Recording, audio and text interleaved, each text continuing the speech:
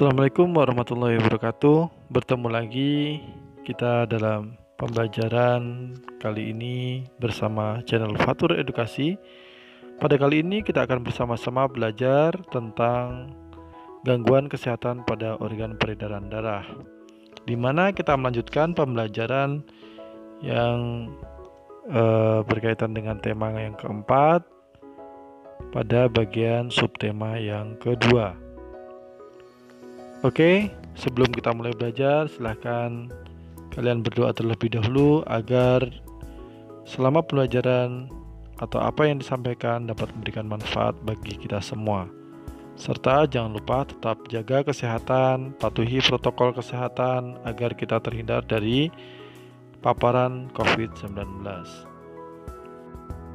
Silahkan klik like, komen, dan subscribe terlebih dahulu bagi yang belum, serta share video ini sebanyak-banyaknya agar memberikan manfaat. Oke, langsung saja kita mulai. Apa itu sistem peredaran darah? Sistem peredaran darah adalah sistem organ yang memungkinkan darah bersirkulasi dan mengangkut nutrisi seperti asam amino, elektrolit, oksigen, karbon dioksida, hormon, dan sel darah ke dan dari sel.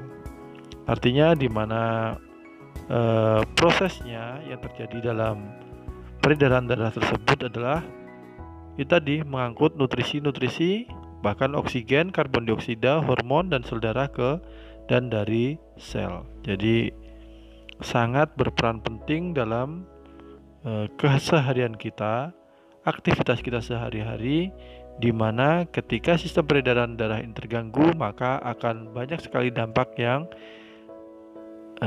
terkendala atau berakibat dari tersendatnya peredaran darah tersebut. Darah adalah bagian tubuh manusia yang berfungsi untuk mengedarkan oksigen dan sari-sari makanan ke seluruh tubuh.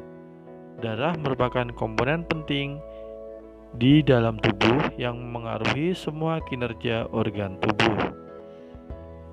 Tanpa kita sadari, banyak sekali proses yang terjadi di dalam tubuh kita, seperti halnya yang sederhana sistem pencernaan makanan. Kita sadarnya hanya ketika kita makan, perut kita kenyang, atau ketika kita bernafas, menarik nafas, menghimpun oksigen, dan mengeluarkan karbon dioksida. Tapi ternyata di dalam tubuh kita, keduanya saling bersinggungan. Bahkan nutrisi makanan itu diedarkan melalui sistem peredaran darah. Nah, oleh karena itu, organ peredaran darah seperti jantung dan pembuluh darah hendaknya dijaga kesehatannya. Karena ketika kita lalai sedikit saja dalam menjaga organ-organ penting dalam tubuh kita yang tidak terlihat secara kasat mata ketika dari luar, maka bisa jadi akan berakibat fatal.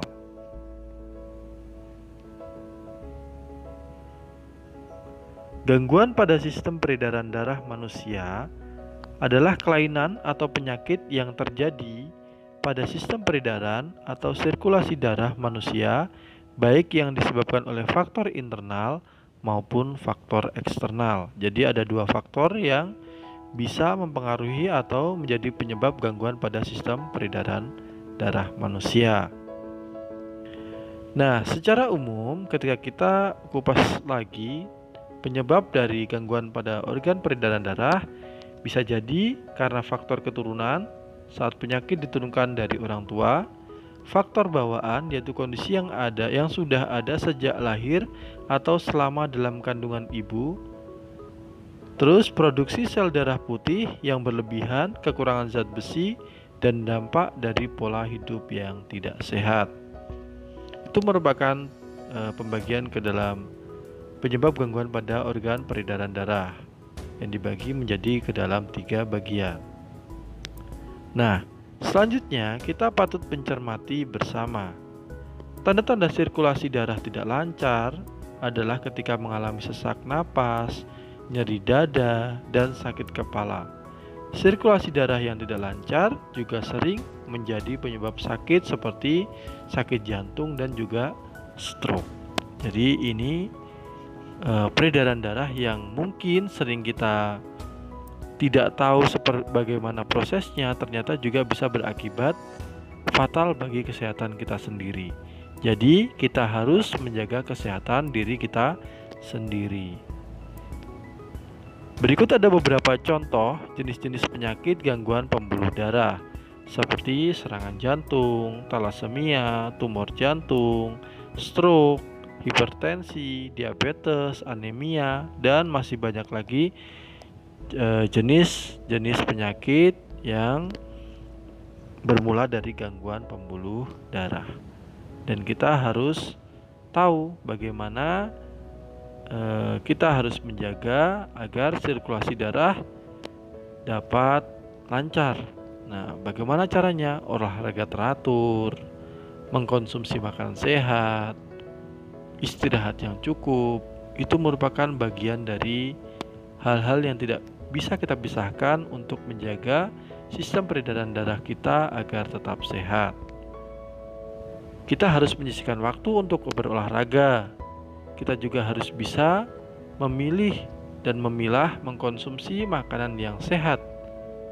Serta kita harus istirahat yang cukup agar tubuh kita bisa tetap fit, bisa tetap sehat. Siapa yang bisa menjaga? Maka diri kita sendiri. Kita harus membagi waktu untuk istirahat, olahraga, dan juga mengkonsumsi makanan yang sehat. Oke, demikian pembelajaran pada kali ini. Semoga memberikan manfaat bagi kita semua. Silahkan kalian share video ini sebanyak-banyaknya agar memberikan manfaat bagi teman-teman kalian semua. Dan Bapak akhiri, Assalamualaikum warahmatullahi wabarakatuh.